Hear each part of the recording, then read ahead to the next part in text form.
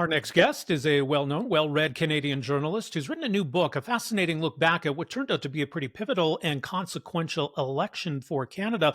The book is called The 51st State Votes. It's out on Tuesday from Sutherland House Books. Justin Ling, our guest on the podcast. Justin, so great to have you with us here. Thanks for having me, Rob. What occurred to me, I mean, it's fascinating in terms of the end of an era, almost in a way the end of two eras, because you have to go all the way back to 2000 to find a federal election that didn't feature either Stephen Harper or Justin Trudea. And as we sort of reflect on Justin Trudeau's very abrupt departure from the stage, a big part of this story, it just sort of speaks to how much these two, and him in particular, right, have really shaped our politics in recent years. Yeah, I mean, absolutely.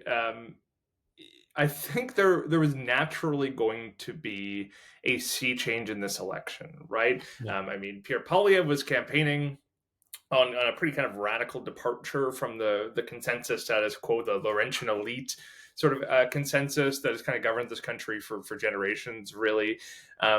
You had a feeling like the old way of doing things in this country just weren't working. You had this feeling like it was time to try and kind of radically depart from what we've come to expect. And I think that's what we were gearing up for. And Trump kind of wrecked that in a massive way and ended up making what was already going to be a pretty consequential election even more important and seismic. The phrase most important election in Canadian history gets thrown around a lot, but I think it's pretty apt on basically every level.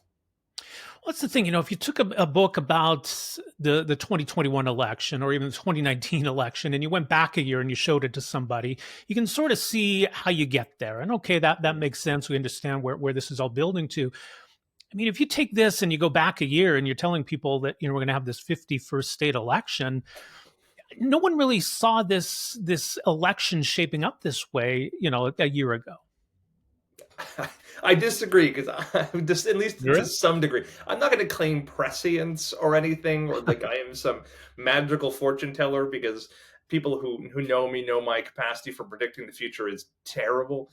But I mean, this time last year, I was writing basically we are heading towards an election that at least could be a referendum on who is most aligned with this sort of emerging nationalist, hard right, illiberal movement, and who is best placed to push against it, right? I mean, this is the way that many things have been going around the world for quite some time. You've seen the rise in a liberal populism straight across Europe, mostly on the right, to some degree on the left. Obviously, you've seen that with Donald Trump. You see it with Reform in the UK. You see it with Rassemblement National in France. And for a while now, I've been saying, listen, Pierre Poilievre is dancing this really fine line between kind of establishment Canadian orthodoxy and this flirtation with this brand of a liberal populism that is sort of owing to conspiracy theories, that uses this coded language, this anti-elitist, anti-globalist coded language that promises these sort of grandiose and simple solutions for really complex problems. And for more than a year now, I've been writing, hey, like, this is a real risk for the Conservative Party, and it's a risk for the country, really. And then when we get to the actual election, which is, totally kind of mired in paranoia and worry and concern about Donald Trump, that choice became a lot more stark, and Canadians, as you saw, mostly opted for the alternative. But it's funny, it wasn't our first Trump election. I mean, I guess Trump 2.0 is different than Trump 1.0. Pierre Poilievre's different than Andrew Scheer. There's the Trudeau-Carney factor. Why was it so different this time? I mean, Trump 2.0 is so different, right? There was a lot of warnings about what Trump wanted to do in his first term. But, as somebody who covered that both from here and from the US to some degree, we can say pretty authoritatively that both the checks and the balances of the American democratic system and the people in Trump's administration held him back from his worst impulses, right? The people around him, the system around him, the politicians around him were mostly a mitigating factor for what he wanted to do and for the sort of reactionary things he wanted to accomplish. This time around, it is the exact opposite. Congress has been totally cowed. The courts are basically loyal. His apparatchiks in the government want to move harder and faster and do more radical things than I think even the president wants to do. You can look at people like Stephen Miller as a great example of that. All bets are off this time around, right? You can kind of argue that his first term set up where we're at now, and it probably did. But really, we're talking about a regime that is completely unmoored from the constitutional order, that does not care what the courts say, that does not care what international human rights say, what international law says. That is a radical and dangerous thing. And Canadians, I think, are alive to that. I think most Canadians are smart enough to know that this is much different than the first go around. I mean, just look at how he's weaponizing tariffs, look at how he's threatening our sovereignty. I think people are really aware of that. And which isn't to say, by the way, that people who are concerned about that all voted for Mark Carney. It's not the case. There's lots of people who are adequately and properly freaked out by Trump who still supported Pierre Poilievre. And I think there's good reasons for why they ended up there. And Pierre Poilievre did have some messages there that really resonated with people who are appropriately freaked out about this threat. But really, I mean, let's be real, Donald Trump defined this election in just about every way. Well, he did. And it wasn't just the tariffs, obviously, and it's not just, his approach to governing. The title of the book speaks to it, this phenomenon where it was a question about our sovereignty, our existence as a country, the 51st state, which, look, interestingly enough, I mean, Trump seemed obsessed about it early this year. I haven't heard him really say it much as of late. What happened with this, first of all? Oh, he still says it, as do his surrogates when they're reminded about it. Obviously, he has had other priorities recently. Screwing up a quote unquote peace deal in Ukraine. Deploying the military to American streets. He's a little preoccupied, I think, but there's every reason to think he's going to come back to this in the near future. But I think some people are probably going to be a little offended by the title of the book. I've already heard from a couple of people who do not love it.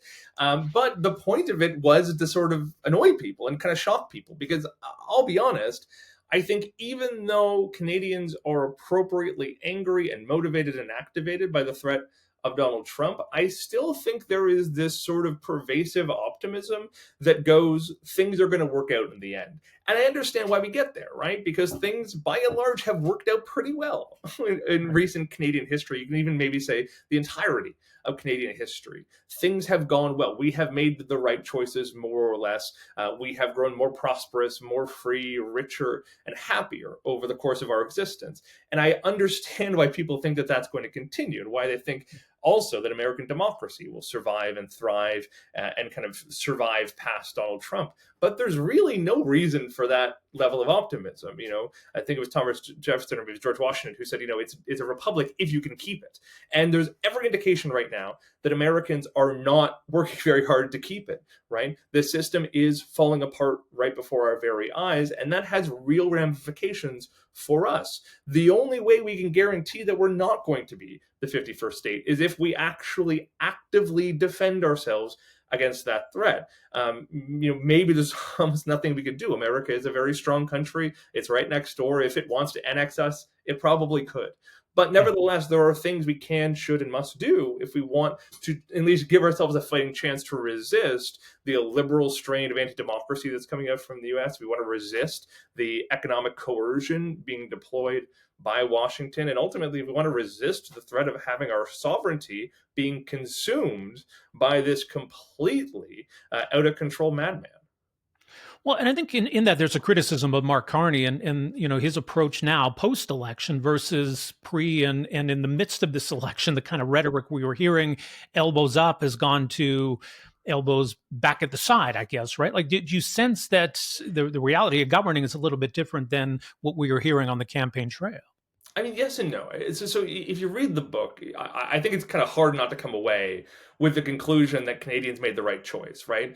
Both of the major candidates presented two surprisingly similar in some respects, but quite, mostly quite different, visions about what ought to be done. And Mark Carney's, I think, was more serious, more grounded, and more alive to the threat posed by Donald Trump in the US, which isn't to say Poilievre's was all bad, but it wasn't quite there. So by and large, I think Canadians made the right choice. But there was always this inherent weakness in Carney's proposal on how to deal with this, which is Right. that it was very high on vibes. It was very optimistic. It conveyed this idea that if we all just kind of come together and kumbaya, we're going to win, that there doesn't have to necessarily be any sacrifice coded into our response. And I think some of this created the expectation from the public that we could have our cake and eat it too, right? The public seems to believe that there is a trade deal to be had with Donald Trump. I don't think there is. The public seems to think that it's possible for us to find new markets for our goods and not have to weather the economic impact of this trade war. We're going to feel it. There seems to be this belief that our counter tariffs are going to hurt them as much as they're hurting us. That's just not true, right? So there's an element of, and I understand why this is happening, right? This is an election campaign. Elections campaigns are really no time to tell the public about the doom and gloom on the horizon. But nevertheless, I think Mark Carney didn't really do himself any favors when he set up this expectation that things are going to be rosy, that we don't really have to give anything up. And now that he's in power, I think he is going to struggle with the fact that he is going to have to go to people and ask for real sacrifices in order for us to win the long-term war, right? We're going to lose some battles along the way. And I don't know that he's quite figured out yet how to convey some of this to the general public. I think that's what we're going to see this fall. Well, and we see that in politics, right? It's win the election, figure the rest out later. And I mean, there was that element here, I suppose. The extent, though, to which this gave the Liberals a lifeline, or at least allowed for an election dynamic that gave them a chance to win. You talk about Justin Trudeau and his defiance toward the end, that he still believed that he could stay on. He still believed that he could win. Take us back to November of last year. So Donald Trump wins the election. Does Justin Trudeau see this as something that can save him? Could it have saved him? Yeah, I can tell you categorically that's what they believed. As Canadians were watching, shell-shocked, terrified, nervous, kind of disquieted about the results. I can tell you I felt the same. I was in Washington, D.C. that evening and remember it very well, thinking, how the hell did we get here? There were Liberals around Justin Trudeau who were, I'm sure, also freaked out and worried and concerned. But we're also seeing the silver lining, which is, oh, thank God, Canadians are going to come flocking back to us because we weathered the storm the first time and we know how to do it the second time. That, I think, there was an arrogance built into that. There was naivete and an ignorance built into that. But it was this pervasive belief because Justin Trudeau always styles himself as a fighter, right? And to be totally honest, I think looking back at 10 years of his government, that's kind of the one thing that he maybe actually was good at. I mean, policy generation, caucus management, even communications in some degrees. He really did flounder on some of the specifics of governing. But one thing he always sort of prided himself on was the ability to go toe to toe with an adversary and come out the other end. I mean, he bested conservatives who really, by all accounts, should have won. He took down, a 10-year prime minister, and he, in his mind, went toe to toe with Donald Trump the first time around and came out with a pretty good trade deal. But the problem with this is that, and I think it was really well encapsulated in the campaign that Pierre Poilievre set up, which is that, you can go and be a master negotiator and you can win the rhetorical fight against the president and you can be the sort of symbolic opposite of him. But it doesn't really matter if Canada is suffering under high inflation and low growth, if we have a productivity crisis, if our services are worsening, if we can't find new markets for our goods, particularly our energy, if our military is weak, if our national security is lacking, right? Like Pierre Poilievre did correctly diagnose what made us weak ahead of the next Trump administration. And Justin Trudeau just had no answers for that. Like fundamentally, his appeal, his attempt to try and stay in power was, I've done it before, I know how to do it again. But it just rang so hollow, considering the myriad problems facing the country going into 2025. Well, Pierre Poilievre was built to run against Justin Trudeau, right? They were ready to fight an election a year ago, as opposed to what we got earlier this year. Still, though, I mean, they emerged with 40% of the vote, a pretty strong showing in that sense, and so there's a lot of still, I think, debate about how well they did, or did they blow it? You talk about the whole blow up in the campaign with Corey Tanike and people in the Poilievre campaign, and Doug Ford's a part of that conversation. You guys are blowing it. And we just had, I guess, kind of a postscript to this election, right? As Pierre Poilievre just had to run in this by-election here in Alberta. So what do you make, I guess, of his role in this? And looking back, how do we assess how they ran this campaign? I mean, so like I said earlier, like people have been warning the Conservative Party for more than a year. I think really going back to Poilievre's actual leadership race and the vision he sort of presented for the Canadian Conservative Party, I think people have been warning him for quite some time that there was this huge risk in affiliating with this brand of sort of paranoid, I call it paranoid populism, right? It's baked into this idea that maybe the vaccines are dangerous, that the World Economic Forum is some shadowy force that we all have to be terrified of, that the globalists behind the scenes are kind of rigging the system against the common folk. There was always a risk inherent in that it would look so damn similar to the vision that Donald Trump and others are purveying, but also that it robs you from this sort of policy and rhetorical flexibility to actually talk about things as they actually are.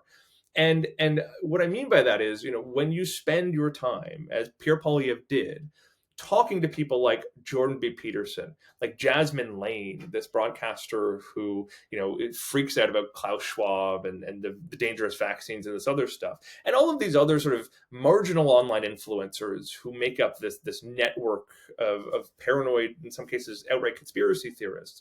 When you spend so much time trying to affiliate with them and win their support and trust, and others like them, when you spend so much time kind of appealing and doing a shimmy shake for the Freedom Convoy crowd, it really puts you in a box around a certain set of policy ideas and rhetorical devices and phrases that really alienates you from the general public, and it makes it harder to kind of appeal to both sides. Really, the Conservative Party had a lot of great elements in what they were running on. But fundamentally, they found themselves at odds with themselves. Why did the Conservative Party have an entire plank in their platform that promised to basically decimate, destroy, uninstall Canada's foreign aid system? Pierre Poilievre was promising the exact level of cuts to Canada's foreign aid and international development budget as Donald Trump actually enacted through his Elon Musk-backed cuts to USAID. What a ridiculous thing to promise, right? It does no good for anybody. It makes the world less safe. It saves us an absolute pittance, does almost nothing to reduce the deficit, but it makes him look damn similar to Donald Trump and Elon Musk and the whole gang. That was done to appease a certain base of nationalists who don't want Canada to be involved in the world. But Canadians, by and large, actually support our foreign aid budget. They recognize the benefits of it.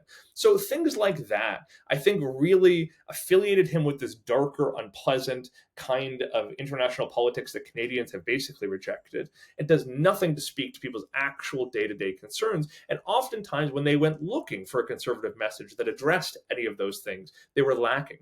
Local candidates weren't allowed to go to all candidates' debates. They often didn't speak to local media.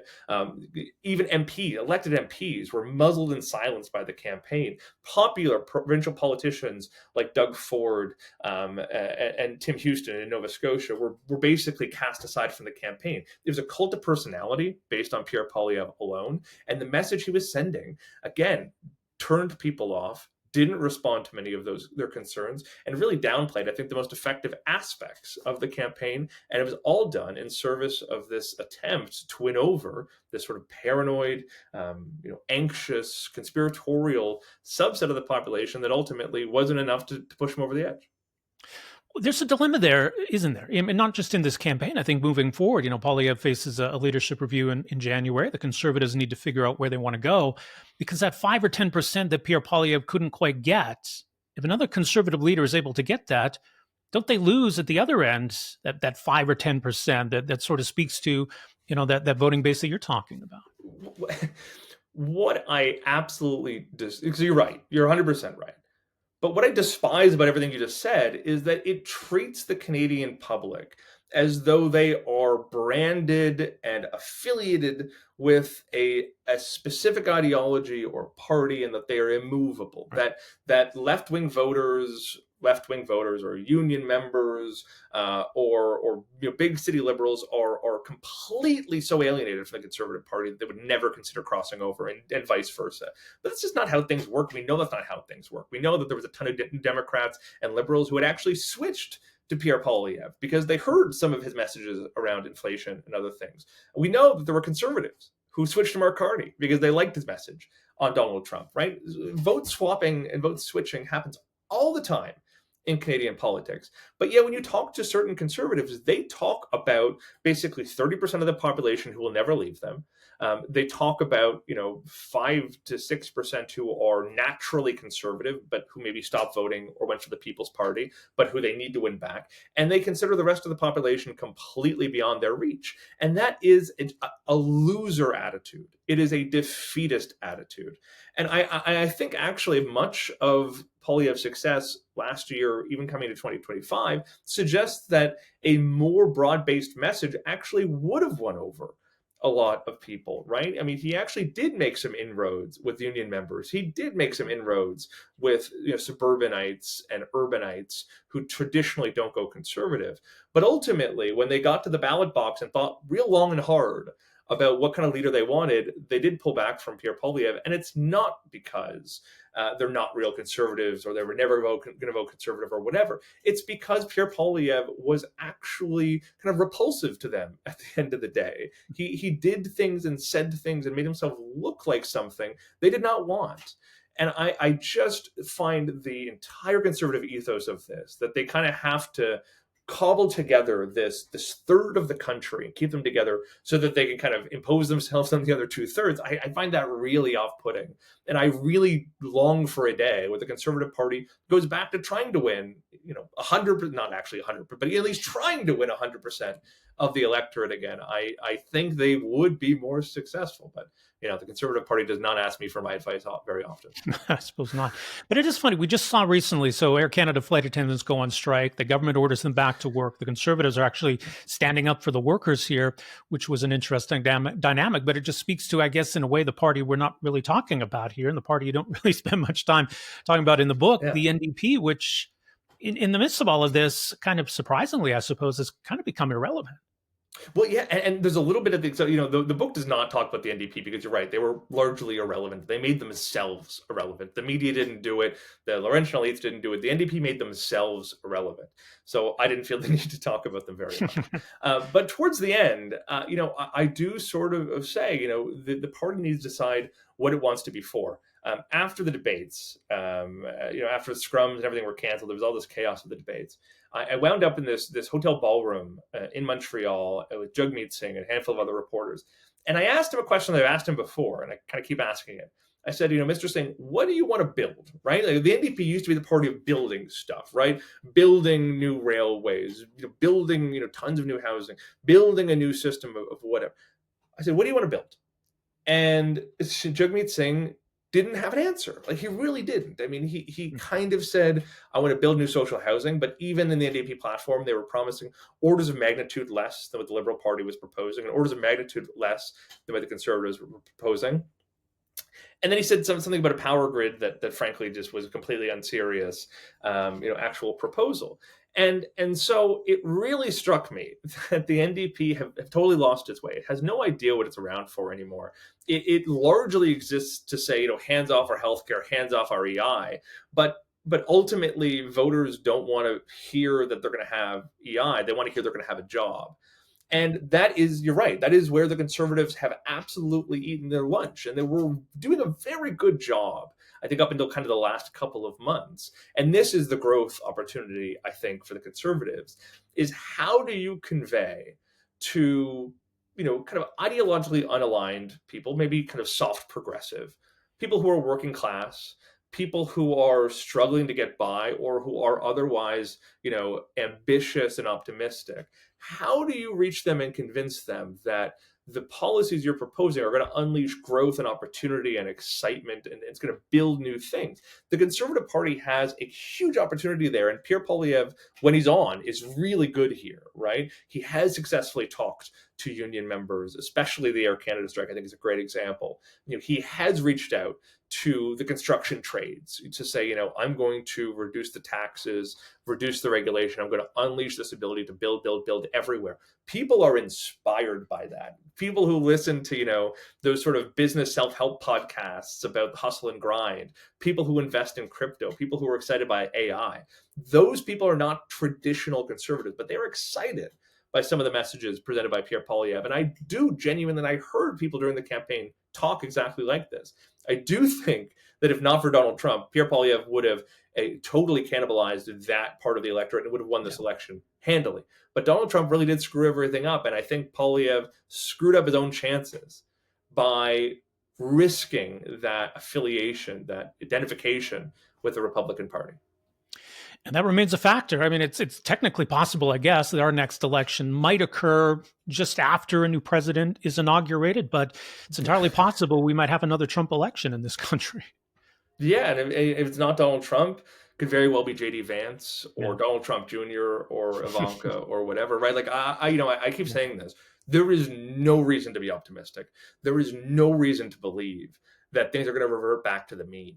There is no reason to think that even if Donald Trump is replaced in the short term, that whoever replaces him is going to undo the damage he's done or even stop it. There's a good chance they're going to accelerate it and increase this turn towards this bellicose, illiberal, anti-democratic, anti-Canadian policy.